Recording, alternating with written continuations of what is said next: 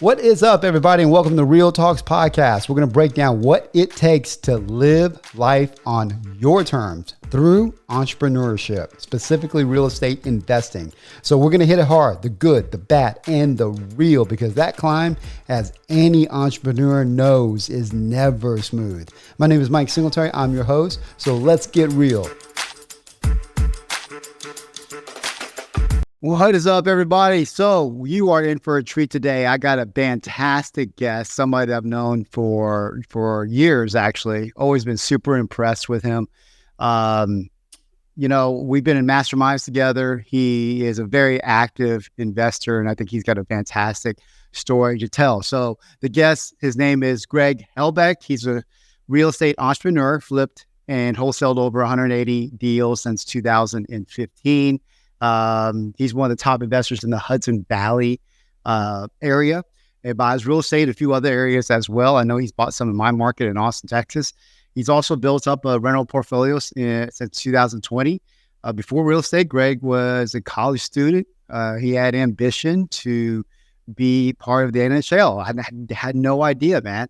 And in his spare time, loves to play golf, pickleball, experiences new locations, because I see him on Facebook and he's traveling all over the world, which is super, super cool. And he lives in Reno, Nevada. So, Greg, how you doing, man?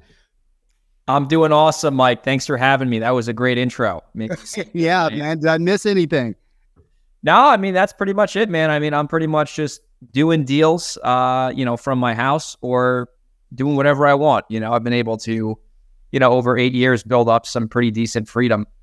And I think that's why a lot of people get started, is they want that freedom, and it certainly is attainable. Oh, it's 100% attainable. And I love watching, like I said, your story because on Facebook, because you traveled to some awesome locations, man. I think was it the Philippines or Singapore? It was Singapore one time, right? To Singapore, yeah, Japan, Dubai. I've been all over Europe. I've been everywhere, man, for the most part. I go to the bougie countries though. It's an expensive habit. I'm like, I want to go to Thailand, and I think that's a little more third world than Singapore is, because Singapore is like, 10 times safer than America by a long shot. That's awesome. Crazy. Well, you're living the dream, man, and you deserve it because you really worked hard for it. Like I said in the intro, I've known you for, from several years now. We've had some really good conversations. You're a man after my own heart, meaning that you have a passion for sales and marketing, right? And obviously our widget is real estate, but really it's just a marketing and sales game. Which one goes first? Is it the sales or the marketing in your eyes? Marketing by a long shot. Yeah, I think because I've had this debate with people, and obviously I don't know if there's no right or wrong answer, but if you are a really bad salesperson, like terrible, like can't get 2 words out of your mouth, but you have a pretty good marketing system in place, what do they say? A broken clock is right twice a day. Yeah, a lead will fall on you. Yeah. But if you're really good at sales and you have a big marketing problem, I've found that you're going to really work hard and you're going to speak with the wrong people. So I think obviously having both of them is like a superpower. But if I had to choose and I could only take one, I would take marketing skills, because that alone will get you success. Sales is almost like an insurance policy for your marketing plan. That's how I look at it. I agree with you, man. You could always bring somebody in, just take that sales seat, right? It's hard to bring somebody in to take that marketing seat because, I mean, we've seen a lot of people try to outsource it. A lot of these franchises, that's what they take. And really, you're taking the lifeline of your business and depending on somebody else to do it. So once you build up that skill set, to your point, you could grow your business pretty easily. Yeah, no, I'm glad you brought that up, because I've never been a big believer in getting a franchise in this industry, because I'm not saying they're not valuable. I'm sure they are, but like you said, I mean, you're pretty much putting your fate into someone else's hands. And, like, for example, there's multiple franchises out there, but one of them, like there's a lot of like non-compete garbage you have to sign. So like, they're basically tricking you into like, oh, you only have to rely on us for marketing because we're so smart and we know what we're doing. It's like they're literally doing the same thing you can learn on YouTube. And they charge you a lot for it.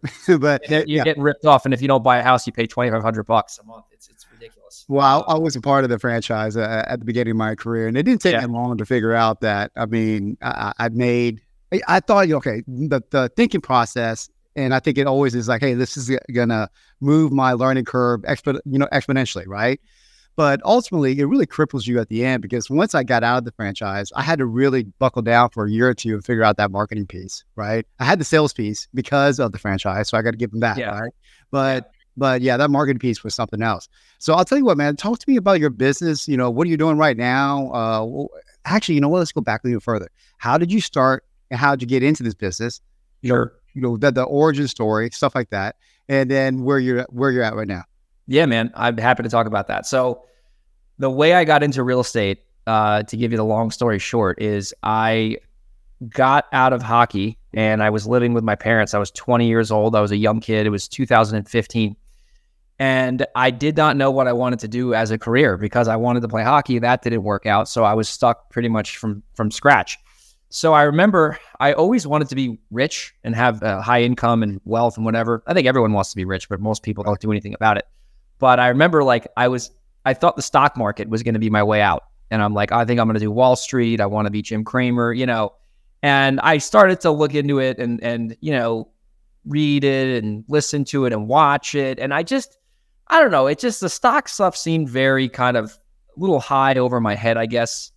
And then someone was like, I think we all intuitively know this. Like, there's a lot of wealth in real estate. Like, I think even if you're not in real estate, you know that you can make money in real estate because it's so expensive, right? And Millionaires and billionaires are in real estate. Yeah, exactly, right? And that's just like, that'll never become untrue. Yeah. So I remember I read Rich Dad Poor Dad, and then I started listening to like these little real estate podcasts that weren't even like, there's like not many back in the day, 8 years ago. And, they were talking about escrow and wholesaling. And I was like, okay, this makes sense. And then I went to a seminar, like a free local, kind of like guru seminar. And the guy explained double closing houses, which is a wholesale, basically. You buy and sell a property on the same day and make money. And I remember at that seminar, I was like, this is what I'm going to do. I'm going to be a real estate investor. It was like a flashbulb hit me in the face. And I remember I looked back and my two friends were with me. We were in Newburgh, New York at the Ramada Inn on 300. I'll never forget it. And I was like, I'm going to do this. I'm going to be a real estate investor. And they made a pitch to like go to the next seminar, which was like $2,000. And I was like, they said that you could take a guest for free. So why don't we try to negotiate 3 for 1? And then my one friend, Kevin, was like, I'm not doing this. And then Devin, who's actually really successful now, was like, I'll do it with you. So we went in 50-50 and we signed up for this training program and we went to the seminar. It was like $2,000, pretty much half the money I had in my bank account. So I took a pretty big risk at the time. So I thought, and, they talked about marketing and they kind of covered everything. And then I remember after that, I just started, I never had a problem taking action, Mike. Like, taking action was never a problem for me. Like a lot of investors, like they read and they listen, but they don't do anything about it. Yeah. I was more of like the opposite. I was just going out and doing stuff. So, had no money to market back then. Craigslist, bandit signs, handwriting letters, the whole thing, like all guerrilla marketing that, you hear about. And it took me a long time, Mike. It took me about 9 months to get a property. And this is in New York, which is probably the hardest market in the country to do deals in because of all the there. Yeah. So I ran into a deal. It was like $5,000. I remember I was my net because I split it with another investor. And I had proof of concept. And I was like, oh my God. Like, I went back to my parents where I was living at the time. And I was like, hey, this actually works. I made $5,000 and I flipped the property. And they were like, wow, that was interesting. So then I went out and did it again, like 3 months later, and made like $10,000. And then, I started kind of doing deals every few months. I'd run into a seller who was motivated and I'd screw up the wholesale and I'd still find a way to make some money. And then after some time, I realized that I had the concept down, like I had proof, but I didn't have a sustainable system that was predictable. So really where I went from like brand new to like becoming somewhat established. By the way, this took years. This was not like overnight. Is in 2008. Nothing's overnight, man. Yeah. Nothing's overnight, dude, except for, nothing. So I remember I had a couple problems. I had not a lot of experience. I had limited experience. And then in New York, it was so hard with these attorneys and all these down payments. I was just like really in over my head. Yeah. So I had this grand idea where I was like, you know what? And here's a big nugget for people. I looked at the small handful of deals that I did, and I looked for the common denominators on why they were deals. And a lot of them were vacant, inherited, like delinquent tax or mortgage properties. So then I was like, well, what if I just found a way to only market to people who might be in that situation? So that was the first thing I realized. And the second thing was, if it's easier in another market besides New York, I might have a better chance of being more successful. So I picked Dallas out of all places. This is, like I said, years ago. And I'm like, I'm going to go into Dallas virtually, and I'm going to look for properties that are inherited vacant and they're delinquent on mortgage or taxes. And I'm going to just call those owners myself and see if those people would sell their property. And that turned out to work pretty well. So after a couple months of really getting momentum doing that, I mean, we were doing 3-4 deals a month, all virtually. I was splitting this with somebody because they lived in Texas. And we were doing really well. And I started to see that like momentum, as everyone talks about, kick in, and then started saving money and then started flipping properties. And then I guess the rest is history. So now this year we'll probably do 55-ish like closed deals like that we actually got to the finish line, about 1.2 in gross revenue. And I have a small team. So I have some overhead obviously with that, but pretty good margins. And our business, Mike, is a little bit different than the typical like local model, is where there's two schools of thought. There's like, let's go really, really, really, really deep in one market and go on appointments. And then there's like, let's do nationwide and let's just get leads from anywhere and try to lock them up over the phone. We do a little bit of both. So we're not nationwide, but we're in like really 3 areas deep. Yeah. And we're going on appointments if it justifies it. But our first line of negotiation is through the phone because we just found that to be more effective. So we're probably locking up, I would say 90% of our deals over the telephone. And then we're wholesaling those houses out for pretty good profits. And then the 10% that we're not wholesaling, I'm either flipping the house as is, retail, fix and flipping it, like gutting it to the studs, or I'm going to do a rental strategy. So I'll buy it, refinance it and all that. So, and I've done any deal you could think of besides lease options I've done. That's the only like transaction I've never been a part of. Like sub-twos, novations, owner financing. Like I've done all that. I think that's tough to scale if you have all these different tools in the tool belt. I think you got to kind of keep it simple with cash offers if you can. We built up a pretty decent business and a pretty good reputation over time. So that's my, I guess, real estate story in a nutshell. Dude, there's so many nuggets there, man. Especially if you're listening, you're on the fence and you don't know, where to start. Because I remember that. I remember because I've only been in this business about 8 years myself. So I still remember going to the RIAs and being in that back row, because I'm always a back row guy anyways, but not really understanding like, man, this might be too big for me, right? I didn't quite understand anything. You had the opposite. You're like, I think I got this right off the bat. But the thing is, man, you had no money, very little money. No money. Right? You put almost half of your net worth into this program. Guerrilla marketing. What was your most successful campaign? Was it Bandit Signs back then? Bandit Signs. Okay. They were inbound leads and they were relatively cheap because you could. Okay. Yeah. You don't know what Bandit Signs is. I mean, you can look it up and stuff like that. But you didn't but the perseverance, you did not get a deal for 9 months.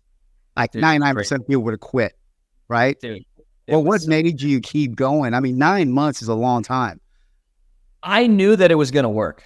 That's why I knew that it was going to work. So I remember when I was in my like beginning infant stages of a real estate investor. By the way, how old were you at that time? 20 years old. Okay, guys, 20 years old. All right, go ahead. Yeah, now I'm much older, but I was like, and it seems like that was years ago, but it really wasn't. And, I remember I would listen to podcasts because now podcasts started getting a little bit more popular. There's more to choose from. And I would hear all of this social proof, which is a huge influence factor, and like other people having success. I got this check. I got that check. And the social proof compounded with the action I was taking formed a belief that it was possible, right? And that's something that, if you're a marketer, the best way to sell is through other people and social proof. So I knew that it was going to work. I just didn't know when it was going to work, Mike. I didn't know when that seller was going to call me at the right time and I was going to be able to make a low offer and get it accepted. So I never doubted the business. Obviously, there are days where I was like, oh man, I don't know if this actually works. But subconsciously, I knew it was an actual valid strategy. Yeah. And I had enough people that I either linked up with online or met in my market that have done business to where I knew if they could do it, I could do it. It's just going to take me some time. And that's what I tell a lot of new people. I say, a lot of investors, they see something on the internet and they're new investors.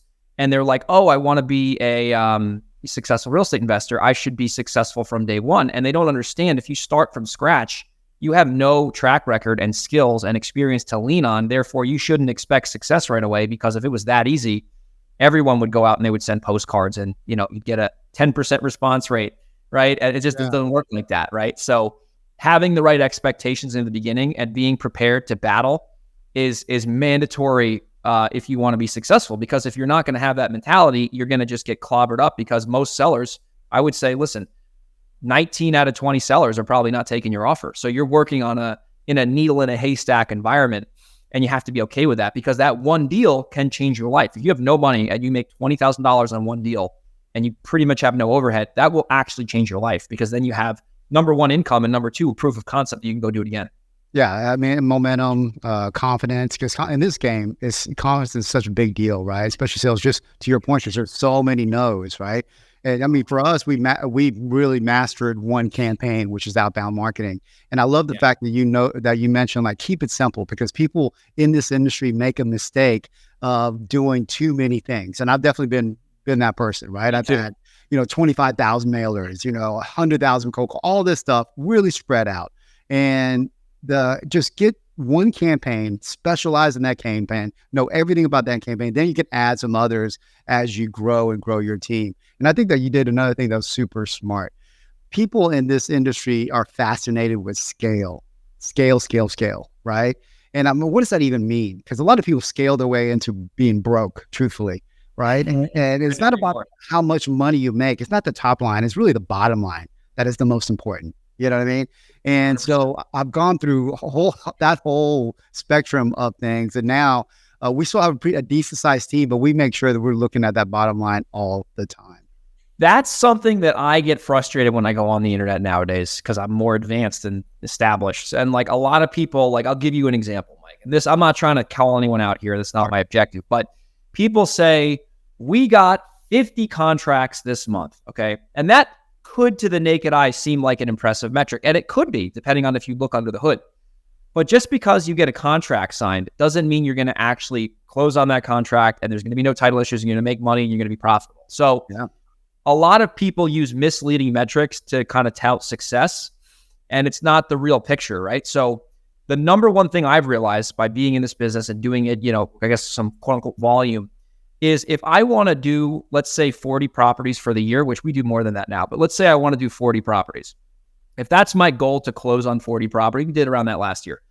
I know I need to get 60 to 80 contracts, because there's going to be title issues. There's going to be sellers ghosting you. There's going to be all this attrition. So if I were to tell the internet, which I don't do, we got 80 contracts this year, that's a misleading number. And then somebody who might not get 80 contracts thinks they're a failure because they didn't get that, but they don't know the actual picture. So you got to play a game that only you're keeping score of in this business once you start to get established. And that's something I was telling someone the other day. Like, we were discussing something, and I said, you know what you got to do? You got to play your own game to your own scorecard, right? And you can't look at what other people might think about you and use that as a measuring stick on if you're successful or not. You got to play your own game, because at the end of the day, if you play your own game and you know what winning or losing looks like to you, you could be the judge of that, right? But if you try to use other people as a measuring stick for if you're successful or not, and this could be in anything in life, you're always going to feel like you're falling short. That's 100%, man. I mean, I think that, in the circles that we go around, everybody's always talking about, that 100 deal a year, at least mark and stuff like that. And it's like, I know guys that do a quarter of that, but they make more money, and ultimately, just like you said, we're in this, almost 100% of people that get into this is for freedom. And you become like this slave to this machine that you created. And I'm definitely guilty of that as well. It really evolved for me within the last probably about 3 or 4 years, going, what is the real goal here, right? Is it my ego that I want to have all these closings, or do I just want to have the freedom? And we switched 100% to virtual 4 or 5 years ago, because, hey, it's really freedom. The deal amount doesn't matter. I mean, it doesn't matter. It's the net amount that matters. So you are, I'm assuming from what you told me, you're a hybrid of a virtual, but mostly virtual, and it's still some belly to belly, right? So there's funny. Brett's buying a house right now as we speak, my acquisitions guy. Yeah. And we made a judgment call this morning on our little huddle. Was like, you know what? We're probably going to flip this house. So let's go out and see it, meet the seller, and get the deal locked up that way. That's the exception. That's not the rule, because 90% of our business is done through the telephone, mainly because of efficiency purposes, right? So we're in local quote unquote markets, but I have found, at least, and this is funny, Mike, I'm going to tell you a quick story that's going to make the listeners laugh a little bit. Do it, man. is a lot. And I think there's two sides to the coin here. So I'm not saying what I'm about to tell you is 100% true, like in terms of working every time. But I remember, I'll never forget this. This is before I had this is before I had a team. I was in my old office in California where I used to live. And I got a motivated lead at like a Friday night, right? And it's like most people are going to push that off till the next week or whatever. And I remember speaking to this lady. I forget her name. It was like an inherited scenario. And it was in Cornwall, New York, which is a great area. And she's motivated. She called off a mailer. And I was like, well, I'm in California, so clearly I'm not going on this appointment. Because if I was in New York, maybe I would have seen it, whatever. But I remember she told me, she said, yeah, I have an appointment set up like on Tuesday with a local investor. And I'm thinking in my head, I'm like, well, all right, she's probably not going to make a decision now because she's got an appointment set up. And this has happened multiple times. And I asked her a question. I said, listen, let me ask you this. I know you have that appointment set up with the other local investor. That makes sense. Would you ever sell the property just virtually if I can actually solve your problem over the phone? And she said, you could do that? I'm like, of course I could do that. I could make you an offer over the phone right now. And, if the numbers work for both parties, we could proceed. And I bought that house over the phone, and she canceled that appointment with the local person, bought it over speed. Speed is key here. And that was a $40,000 wholesale deal. And if I were to quote unquote set the appointment for someone to go look at it, I probably would have been competing with the other person. So, and this has happened multiple times, right? So I have found that people think that you have a higher chance of getting the deal in person. Maybe. I need to look at data. You get it cheaper. You get it cheaper, maybe. Yeah. I have found, I've done this many times where the seller has an appointment set with a local person, and then we're like, well, what would it take to do business over the phone right now? And then you just negotiate. And like, if you know your market, this is the key. If you know your market and you know what stuff is worth and repairs, you can do this without much failure. But if you don't know what you're doing, I would probably recommend seeing the house if you're new. But we have won a lot of deals by being virtual when we didn't have to be virtual. And that really taught me, like, a lot of sellers at the end of the day, if you're working with the right people, they just want their problem solved. They don't really care if you're going to go there or not. So if you know your numbers really well, you can actually compress your sales cycle to be a lot faster. And then you don't have to be like dependent upon somebody going there on Tuesday at 3:00 or whatever. Like, you just lock the deal up, and then we sell pretty much all of our wholesale deals in Delaware sight unseen. No one ever sees it. It's all pictures. And the seller sends us pictures, right? So it like opens up the floodgates for like efficiency when you do it this way. And, we found it to work for years, right? So if it was like a flawed model that didn't work that often, I would say maybe we'll do a different way. But we have found through enough marketing and enough like offers that our conversion rates are still very acceptable by doing this over the telephone. And we don't have to waste our time. And like another thing too, and then we can chop it up. But I have found that something that really was a frustration point for me when I started was I would go on an appointment. I would drive 20 minutes there, 20 minutes back, spend an hour at the house. So I would burn up almost 2 hours to get a no when the seller wasn't qualified. And then I was like, well, I could have just made this offer over the phone and I wouldn't have had to spend an hour and a half, 2 hours there. So like, you could just make more offers, which ultimately will give you that conversion rate you want without having to go out and drive around all day, especially if you live in like, a busy area. Like, let's say someone lives in Houston or something. I mean, driving around Houston's a pain in the ass. It could take an hour to get from one part of Dude, it was horrible. I lived in Houston, man. I almost hired a driver because I was wasting my time all day and going from one appointment to the next. I mean, it really wasn't for me. So that's the reason why I went virtual. I mean, I think I know you nailed it on the head. As long as you understand their problem and convey with confidence that you can solve it. Right. And that's the key. Right. So before COVID, we were already virtual. So when COVID hit us, I mean, it took a little bit of an adjustment because people weren't allowing you to walk the houses, and it was hard to sell for a couple months, stuff like that. But it was business like usual, man, because we already knew how to do it. And then after COVID, it made more sense because we used COVID as an excuse to buy virtual, because like we would just sit there and say, hey, listen, because of COVID, we refined the process and we just got it super dialed in to where we could buy your house just from pictures and we know exactly what's going on with your house. You know what I mean? So because of COVID, we just kind of put that into our sales pitch, and they're like, oh, okay, well, that makes complete sense, right? Before that, some sellers are like, I mean, so how can you buy my house without seeing it? Is this it's just a scam? That's it. Yeah.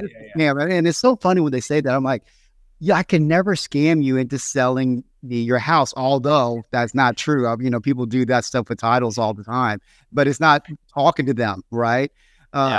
But yeah, man, I mean, for me, it's a great model because I always work in reverse. So what that means is that I always wanted to buy houses or do my business on a laptop anywhere in the world and be with my kids, right? And to give me, I work from home. I mean, and stuff like that. I go on vacations and I could still work. So it just gives me that ability to do that. And it sounds like same thing for you. Oh yeah, dude. It's funny. So the other day, me and my girlfriend were just hanging out all day at the house. And, I did nothing all day. It was a Sunday, a lazy Sunday, watching Harry Potter and stuff. Yeah. And I remember at Sunday at 8:00, I had this deal I locked up on Friday because my acquisitions guy was in Dominican Republic on vacation. So I was just kind of holding the fort down. And I was like, you know what? Let me see if I can sell this, because the seller sent me pictures that day and I had the pictures. And I'm like, let me see if I could sell this right now. I text this one guy who was a great buyer, and he's like, I'll take it. And then I was like, hey, Lena, we did nothing all day, but because the business is virtual, I just made $22,000 in theory. It's got to close. Yeah. Now, so from Reno, right, in Delaware, right? So when you can get the chains out of your mind and out of your business where you have to physically show the property to people, it allows you to do the business wherever you want. And it's amazing because you have this, you probably got to go on the computer for a couple hours a day, but you don't need to worry about being somewhere. I don't have an office. I used to have an office in California. It was a waste of money. Yeah. I would just go to the office and do the same thing I was doing at my house. I'm like, why am I paying this office bill? It doesn't make any sense. So I felt like I had to be there because of my staff. You know what I mean? Yeah. That was true. I've never had staff in an office. I've always had virtual staff. But I think when we get into this business, Mike, people, they're at a job usually, or they're brand new and they're young. So let's say they're at a job. They have to go to the office for their job, most likely, right? They have to physically be somewhere. So then when they start this business, they feel like they have to do it in an office, but then you also create another job that you happen to own with all this liability. So you could just understand that there's really no value this is the biggest thing I realized. If you have an office and you're a real estate entrepreneur, your office does not add any value to the process of you being successful with sellers and buyers and tenants at all. It doesn't do anything. I might have to disagree a little bit, just very, because every once in a while you get that seller, it's like, I want to go to your office.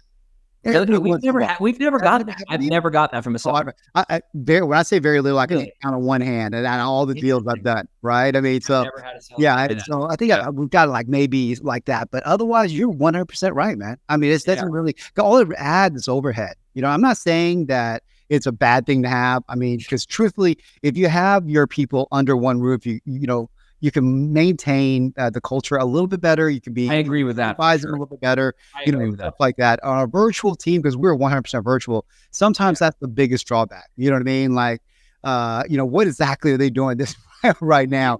We had that with a team member. Communication that you have to deal with Slack and stuff like that. Yeah. It's funny you say that. We had a team member that we actually decided to let go a couple months ago. And, we never met her in person or anything like that. Yeah.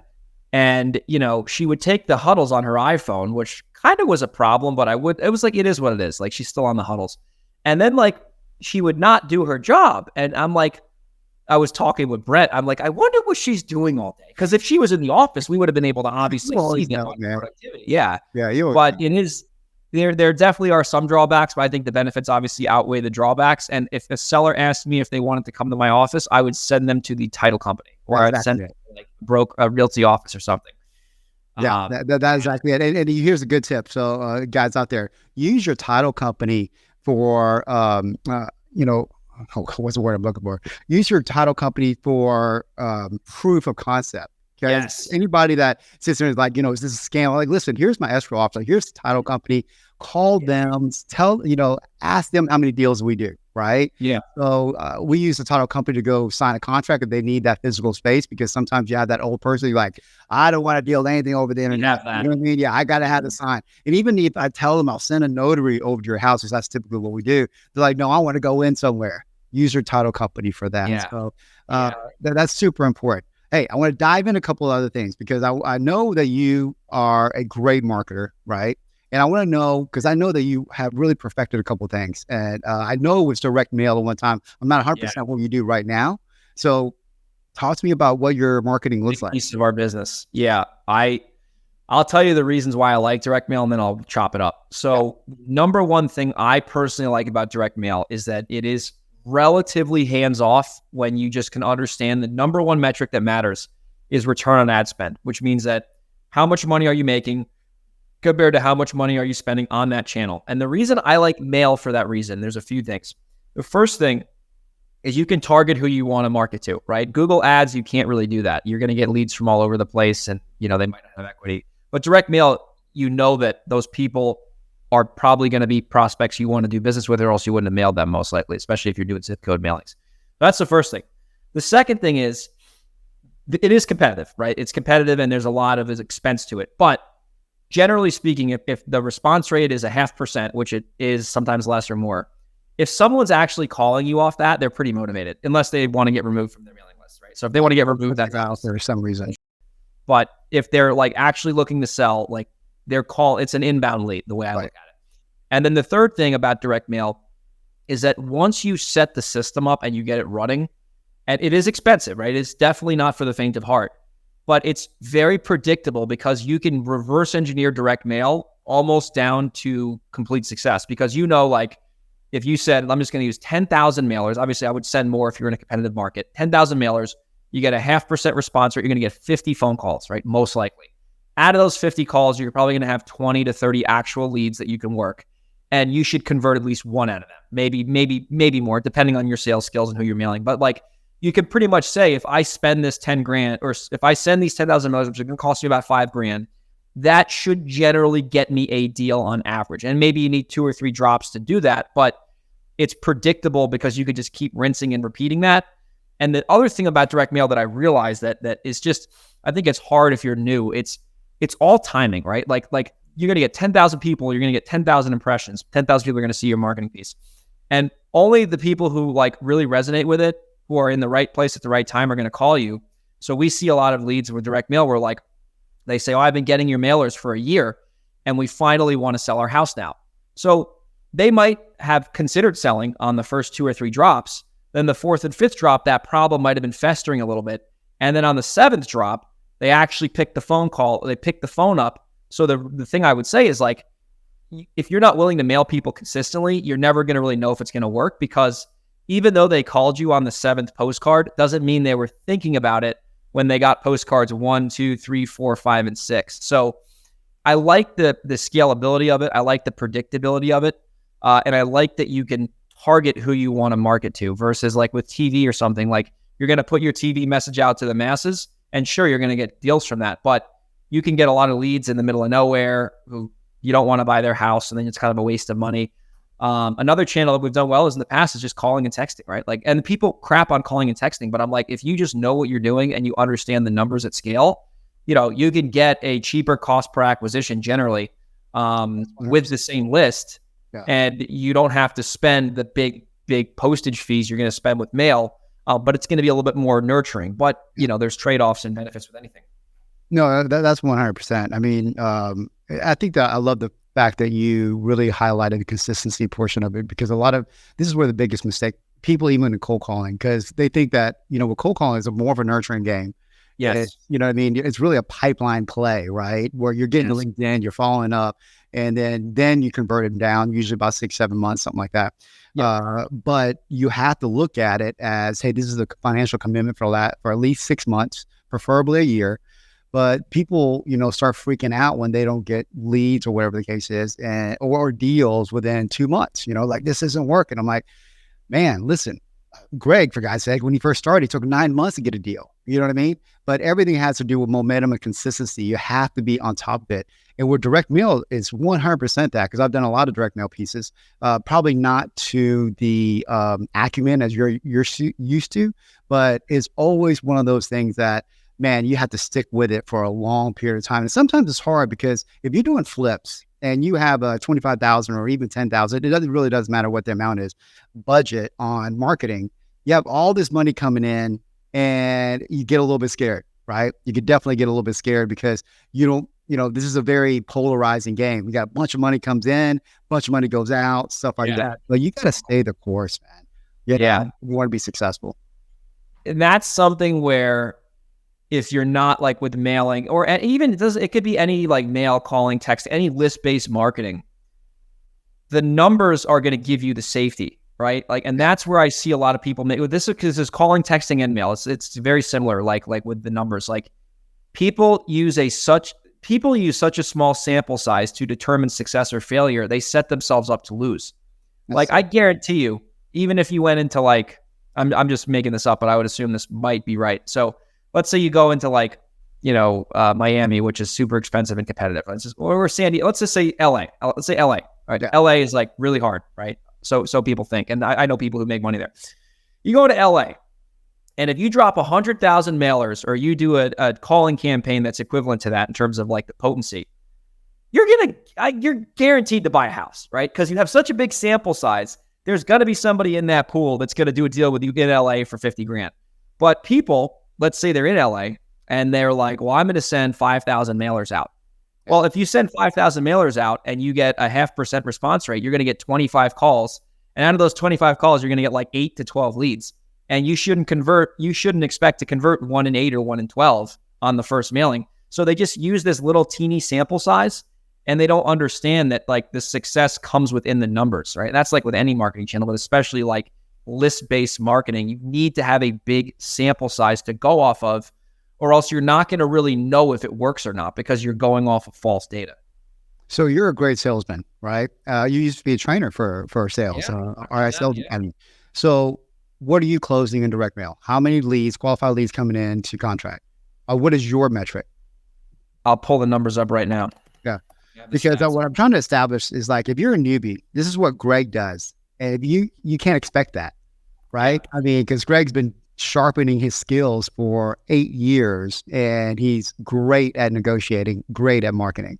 So you just have to give yourself a little more grace and a little bit more. So my team does this, so I don't really do the sales, but our conversion rate with direct mail is 1 out of 9 leads gets converted. That's absolutely great.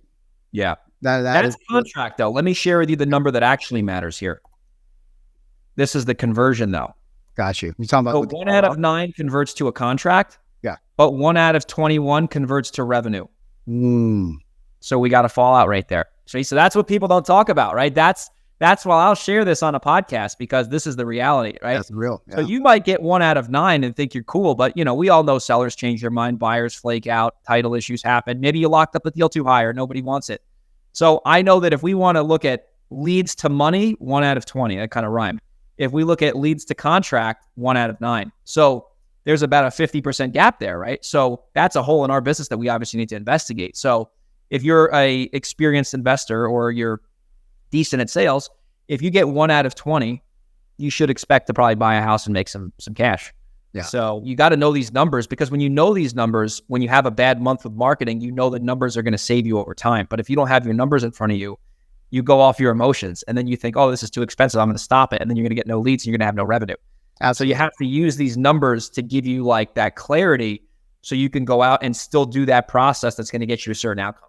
And you have to understand that it comes in clumps, right? You might not buy anything for a week or a month, and then all of a sudden 1 week you get a bunch of contracts, right? So that's just the nature of the beast. Whenever you don't realize that at the beginning. At the beginning, you think I'm going to get 3 a month consistently, or 1 a month, whatever that number is. It's not like that. It doesn't work that way. We look at our campaigns, Mike, and like for direct mail, we'll track everything out per drop. And like one campaign, we'll get like three contracts, let's say 2 deals in 1 drop. And then the next drop, we're like, oh, let's do the same thing. We get nothing. And then the next drop, we get 2. And then the next drop, we get 0. And then the next drop, we get 4. So when you average out data for marketing, you have to understand that it does come in waves, like you said. And if you average a campaign out over 6 to 12 months, you can really look at these general averages. But you got to understand that your revenue might come in month 1, and then month 2 might be a little dicey, and then month 3 it'll come back. So you have to have that. The tracking is what really gives people that confidence to like actually do the work. Because like, for example, let's say someone's doing like cold calling, right? And they don't know their contact rate. Then they can't reverse engineer their funnel. Because if they don't know how many calls it takes to get a contact, then they're not going to know how many contacts it takes to get a lead. And then they don't know how many leads they need to get a deal. So you need to look at these numbers at a very high level in order to really figure out, is your marketing optimized for success? And if you look at your numbers and you could track your numbers and not have a lot of results, but at least you have data to go back on to make adjustments with, because you could say, oh, my contract rate's 2%. How do I get my contact rate to 10%? And then if you solve that, that would hopefully get you more. So it's you see, like, it's just like you said in the beginning, you want to start with the end, you want to reverse. And if you reverse with numbers in front of you, you can take that funnel that might be broken and try to make assumptions to fix it. But if you're just kind of spraying and praying and just hoping for the best, you're not going to be able to sustain, because you're going to be too emotionally involved in the day-to-day stuff. Yeah, it's a tough business. I mean, it's I always say it's like it's the hardest way to make an easy dollar, right? I mean, it's just, I want to steal that from you, dude. It is like it's a tough business because you're going against fierce competitors. You know what I mean? That are consistent, that are skill stacking and stuff like that. So you just got to be on top of your game. And I can't tell you how often this happens where people don't track their KPIs. And if you don't understand what your KPI should be when you're beginning, that's okay, right? You can find it on YouTube. You can connect in RIAs. If you can afford it, I definitely recommend getting a mentor or joining masterminds to really, really help you out. Like, move you along that path a lot quicker. But the KPI tracking is 100%. Let me ask you this, man, on direct mail, a couple of nuggets. What do you do that's different from standard, right? What do you do that really kind of separates you on that campaign? Yeah, it's interesting. There's two things. The first thing is that we like to start with the niche list first and then expand out to the broad lists if we don't get enough volume from the niche list. So like, I like tax delinquent, predictive data from Audanic, pre-probate, which is like death, and then probate is like filed with the court because they're inherited. So we like the niche data to start because we found that we might not get that many calls, but the calls that we get are much more motivated, as they would say. Sure. So that's the first thing. And the second thing is actually the sales process. It's our ability to communicate with the seller on the phone once they call in, because a lot of people, they're going to call a couple postcards or they're going to go to a couple websites. So we try to stand out substantially on the sales process, so it allows us to convert our marketing at a better level versus the competitors. I love it. Love it. So let's talk about the sales process, man. So, because we have a process as well. It's very Sandler based. I think that you and I kind of share that. Yeah. Very everything, yeah. And everything evolves, right? Like you start bringing in, Chris Voss's stuff and the gap selling stuff. And it's all good stuff. Yeah. And it's all great stuff, right? So I'm just going to throw some things at you and how you handle, well, I'm going to start with this. How do you establish rapport? Are you establishing rapport through proper conditions, or are you establishing rapport during the desired outcome or current situation? The best way that I like to do rapport and teach rapport is just by listening to the seller and then repeating back to them what they said in your own words, so they know that you're listening to them, right? It's not talking about the Jets or the Yankees or the Texans. It's, hey, Bob, it sounds like you're selling because of X, Y, and Z. And then you're telling them what they told you, so they feel like they're understood. So that not only builds rapport, but it builds trust because it shows them that you're listening. That's my favorite way to build rapport. It's literally just being a really good listener by asking questions and then taking what they say and then saying it in your own words and repeating it back to them so they understand that you're actually giving a shit about their situation. So how about the high Ds? If you don't understand what a high D personality is, a DISC profile, right? The guys that are going to be really, really airtight, or the what's your offer guy. You know what I mean? How are you going to establish rapport with their, hey man, you call me, or you whatever, what's your offer? The best way to do, like, those are tough sellers to buy houses from, first of all. But if they're going to be buyable deals, I like to treat them how they're treating me. So if they're going to be direct and fast and straight to the point with me, I'm not going to go to this whole dog and pony show and why you selling and sitting on the couch with them. I'm like, okay, sounds like you want an offer real quick. We'll get you an offer. And we go and we match their kind of demeanor, energy, and then they hopefully appreciate that, because like I'm kind of, that's my personality. So like if I'm on the phone with somebody and they're both, let's say I got to get an insurance quote or something, I'm very just like, I want the number and I'm going to make a decision right away. And if somebody's like trying to take me down this loosey-goosey process, it turns me off. So if someone picks up on that, and let's say I'm the customer and they're direct with me, I'm going to appreciate that, and then I'm going to have a higher chance of doing business with that person. Yeah, I'm the exact same way, because I'm a high D person, right? Yeah. So I can handle it, right? And so I don't want the bull dude. I just want to get to the just give me what do you got? And of course, one of the biggest ones to take away is like, I'm not even sure if I can buy your house. One, right? But I got to give you something. It's going to be over here if I don't know anything about it, and then we'll go into, listen, man, you bought cars before. Have you ever bought a car sight unseen? Like you ever just bought it without even driving it? You're asking me to do the same thing with a house, man. So if I'm going to give you an offer, it's not going to benefit you at all, brother. Yeah. Here's a funny story. This wasn't a high D personality, but this opened up my floodgates. Actually, I'll give you a better story because I'm thinking about this now. Man. We got a lead. This was last year. This was funny. It was an inherited property, physical piece of land, not house, right? In a very expensive area in New York. I love And that. the guy was a savvy, rich attorney who lived in Manhattan, who was probably worth $20 million, right? Like this guy was so rich, he couldn't be bothered. And he calls up and he goes, I got a piece of land. I want to sell it. It's in Rye, New York, which is like hedge fund managers live in Rye. And, I was like, and I had dealt with the guy myself because I was like, Brett, let me because it was like kind of a complicated like piece of land with like what you could build on it. So I didn't do any sales process with this guy because he didn't want to do any of that. He was like, I want an offer. So he had an appraisal too. He had an appraisal for the land. He's super savvy. And, I think I talked him down like 30 grand and just made the offer. And he took that offer and we wholesaled it for like 60K to a builder and, made a great fee on it. And that guy's personality only worked because I pretty much matched how he was doing. And I got right to the numbers and we got to a decision. But if I were to take that seller down some fugazi sales process where he would not have liked, it would have turned him off and then he would have sold to someone else, right? So 100%. You got to know how to match somebody. And that's a tough thing for me, Mike, is because I'm a very direct, straightforward person. I am terrible with sellers when they're like very emotional and wooey-dooey. Like I'm like the same, man.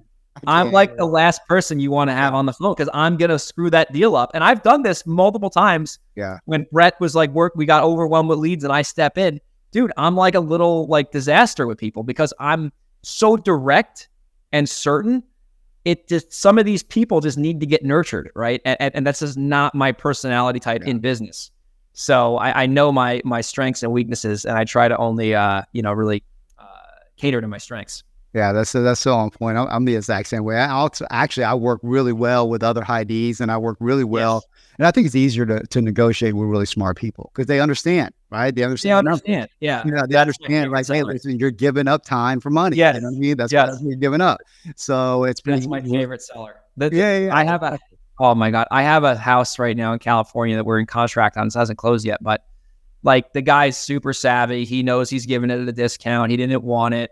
Like the people, and that's the thing with real estate investors. They think you're going to go run into like a bunch of desperate people in foreclosure. Those are my least favorite sellers because they're emotional. They haven't figured out a way to get out of their house. They have to sell. They don't want to sell. Yeah, and it's like a psychologist, right? But the people who are just reasonable and like they know they're giving equity for convenience are the easiest sellers to deal with. And the deals always close. And oh my God, if I could just clone like some of these sellers that we've dealt with that are savvy, I would just make my life a lot easier. Yeah, for sure, man. All right, let's go a couple more objections. I'm going to spare fire them to you. So let me think about it. Objection. Well, how are you getting through that one? Yeah, so it depends on, that could be a good objection. Like that could be valid. So in order to really find out if that's true or false, you would ask the seller before you make the offer, if you were happy with this offer, what would your next steps be? And if they say they have to think about it at that point, then they have to think about it, right? But if you have a seller and they, you ask them, hey, if you were happy with the offer you got from me, what would your next steps be? And they were like, I would sell you the property. And then you make them the offer and they say they have to think about it. There's another deal killer in there that you have to figure out. Is it price? Is it other influencers? So you have to ask before you make an offer what their next steps would be if they were happy with what you presented to them. And then that's going to tell you if I need to think about it is fake on a smoke screen. But some people, honestly, Mike, they need to think about it. And we have bought houses from sellers that had to think about it when the competitor was forcing them to make a decision. And we let them think about it for a day because it is a pretty big decision. And we got the deal and made the money. So it's you have to look at every scenario from multiple angles. And you got to try to put yourself into that seller's decision-making mind. So, it's not like a one-size-fits-all thing, if that makes sense. No, it definitely isn't. And I agree with you 100% because, this is a fine line between being too pushy and then making Yes. sure that you are asking all the questions necessary to get this across the finish line. You know what I mean? And more times than not, it is a smokescreen. I mean, they're trying Most to of get, the time it is, yeah, yes. and it is a smokescreen. But you're right, and that's where the nuances of the sale process is so important because, and I tell our salespeople this all the time, like, listen, nobody's going to come out and just give you their pain and motivation, right? You have to draw it out of people, and how that process happens is that they're going to give you these small little nuggets during the conversation that you got to pick up on, and then go, hey, Yes. what is that? Explain that to me a little bit more. You know what I mean? And I think that's the hard part at the beginning because people are so like, hey, I got to follow this script or this process. And you got to understand, dude, you're just talking to another human being, right? That's all it is. You're just talking. All you want to do is extract, like, I just want to understand your problem completely so that I can help you, you know? And And I have a solution for you. yeah, exactly, Yeah, man. 100%. So that's Everything awesome, brother. every sales scenario is not going to be the same as the other one. No, as much as I want to standardize it, it never works. It never works like Exactly. that. So what's next for you, brother? Actually, you know what? I don't want to talk about that just yet. I want to talk about your gnarliest deal, what you learned from it, right? And how like, you know, what happened, how you grew from it. Like crazy, like bad or good? The one that comes to your mind going, dang, yeah, that one right there, that made me lose sleep at night. Oh God, dude. I got a lot of them, but I'll give you one. So I bought a commercial, actually from cold calling, funny. It was a commercial, like 3 units of apartments in one storefront. And I thought at the time single family houses were for the dogs. So I'm like, I'm going to go on to bigger and better things. So I got this property locked up and it was a smoking deal. On paper, I looked like a genius. My attorney was like, dude, how did you get it at this price? And it was a vacant property. And I figured out why it was vacant after I bought it. But anyway, I buy this thing. I'm thinking I'm the smartest guy in town. It got appraised for $450. I think I bought it for $265. I'm like a genius. And, you know, I was like, I'm going to rent out the store. I'm going to rent out the apartments. I'm going to pull all this equity out of it. And I'm going to have this cash cow. And it's in like a busy area, but not the best location. But anyway, so I get this property. I lock it up. I close on it. I get hard money. And then I'm like, all right, step one is I got to get the store leased out. And I did no research on retail, nothing. Like maybe called one realtor that didn't call me back. And I'm like, oh, I'll get this leased out, no problem. Can't find a retail tenant for the life of me. Get a broker involved. Can't find a retail tenant. So now I got this hard money loan on this property, and it's just a bleeding. And I'm renovating the apartment, so I'm throwing out big money every month, like huge overhead on this thing. Renovating the apartments, whole thing. Building's really old. Can't find a retail tenant. So then I'm like I have a glorified triplex on my hands, right? Because this building does not serve purpose as a retail space. I'd have to convert this to an apartment, which is a nightmare when you're on a septic system in this town I was in. So then I was like, well, I'm going to sell this thing. So then I try to sell this property after I renovate the apartments. Nobody wants it. And I'm like, oh my God, I am screwed here. I'm going to have to physically write a check to the hard money lender and then own this thing free and clear and have like $250,000 tied up. Like, that's insane. And I was willing to do, I was thinking about doing that because I was kind of getting not desperate, but like thinking worst case scenario. Yeah. So I'm like, all right, I call another broker because I can't sell this house.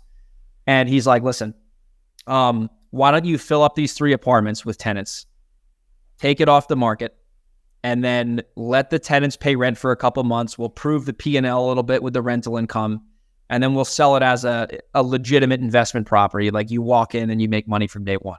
And the storefront was vacant the whole time. And I'm like, okay, that's fair. At least I'll get some cash now and I don't have to pay all this overhead. So I get 3 tenants in the property. The store is vacant, and all the tenants start getting sick. Right? They start getting sick, and they're calling me because I was like the glorified property manager because I was like going to just sell it. So I'm like, yeah, whatever. I'll deal with the tenants for now. So they all get sick. One of them moves out, and I thought they were going to sue me, which they didn't sue me, but they got really sick from whatever was in this property. The other tenant gets sick. So I get a mold guy in there, and I'm like, can you just make sure there's no mold here? And he runs this really expensive mold test. There's no mold in this property at all. And I'm like, okay, so the tenant can't sue me for mold. Like, there's nothing in there. So then one tenant moves out. So now I got 2 vacant units. One's a store, one's the apartment. I get the third person upstairs now. Now that tenant was happy, and then they get sick. And then I'm like, well, why is everyone getting sick here? There's something wrong with this building, and now I'm trying to sell it now. While this is all going on, Mike, I had the thing running for a couple months with income. We throw it on the market. We get a cash offer from a Hasidic buyer who's like, these guys have big money. They pay cash. So we're about to go into contract. Or no, I think we were in contract with him actually. And then the other tenant got sick. And I was like, I don't know what to do. I can't have these tenants keep leaving my building because then there's going to be no rental income and I can't sell at that number I want to sell it at. I just want to, and I was going to lose money no matter what because I just stupid. You're just trying to mitigate it. The one tenant who got sick upstairs finds a giant bag of cat, which was causing them to get sick. They remove the cat. I get a demo team in there to like blow the attic up and get all signs of smell out of there. Things good to go now. We're getting closer to the closing. All of a sudden, the entire building, now it's around the holidays. This was like 2 years ago now, I think. I think it was 2 years. I'll never forget this. The entire septic system had a little leak in it and all the waste smell was blowing out through the air vents and the entire building just smelled like a giant piece. So I had a guy with a hazmat suit come over there, tried to do duct work. That didn't work. So all the tenants were like super pissed off and like I was trying to sell this thing. And then we ended up figuring out the problem. There was like this little valve on the septic, that was, and we switched that out for like $300. Finally, the thing got better, sold the property at a loss and lived to see another day. But man, I could not sleep when I was doing that deal, man. I was freaking bugging out because I had all this debt and, dude, oh God, man, that was 58 Ores Mills Road, man. Deal from hell. How much did you lose on that one? If you don't mind. You want to answer it was the friggin' mental $10K. That's not bad at all, man. But it was the mental loss. Mental loss, dude. It was how an energy. Did you have to deal with that? What? How long did you have to deal with that? All the garbage was probably about 2.5 months, but I owned the property from I think I bought it in May and sold it in January. So I own this piece of shit 7 or 8 months. Yeah, dude. Yeah. It's a nightmare. I drove by there the other day with Lena. We were in New York and I said, you see that house? Yeah. If I have any gray hair, it's because of that house. Oh, I got you. Yeah. And so, hey, absolutely. The mental loss is a huge one, man. You know what I mean? Because it's so much stress, dude. It's so much stress. I mean, the liability, man. I didn't want to get 3 lawsuits from 3 because New York is a super litigious place. So like, everyone's got a lawyer. And that's what I was mainly worried about is getting tied up in lawsuits, trying to sell with short. So there's a bag of cat. There's cats there everywhere. There was a bag of cat that was like basically fermenting in the attic, and the bedroom upstairs was at the same level as the attic, and there was a door that separated the two. So there was like fermented cat. Dude, it was bad, dude. It was a bad deal. Oh my God. That's hilarious. Yeah, if you buy enough houses, man, you see some crazy shit. You know what I mean? I mean, it's disgusting, some of the stuff that you see, truthfully, Crazy. But you can understand that you're probably going to buy deep more times than not. This one, but most of the time you're going to buy pretty deep. I mean, we've had it where we found like dead animals under the couches. I mean, it's or cats. I've had bathrooms. Oh yeah, I literally remember one time I'm sitting there negotiating, and there were roaches crawling off from underneath the table, and I'm like, I was so disgusted. You know what I mean? That I called my wife on the way home, like, just leave us a set of clothes. I'm burning the ones I have on right now. I'm not even go in the house. So it's something, man. So thank God we don't do that anymore. But hey, man, dude, this has been awesome. I appreciate you coming on, man, and sharing your stories and knowledge on this.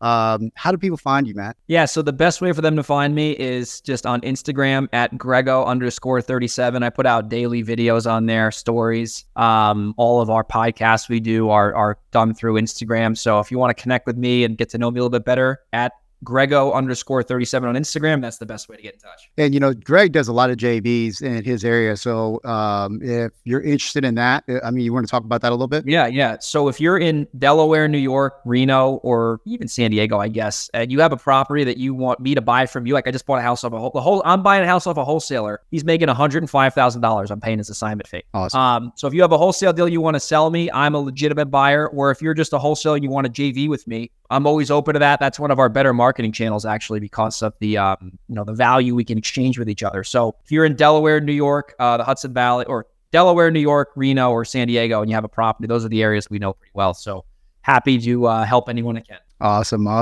All right, man. That's a wrap. Thanks, guys. We'll see you on the next one. Peace. So that's a wrap. Thank you, everybody, for tuning in, and I hope you received value from this episode. If so, please share this podcast to your brothers and sisters, and also hook up with us on Facebook, IG, and YouTube at Real Talks. That's REIL Talks. Until next time, my friends, keep it cool, keep it real, and peace out.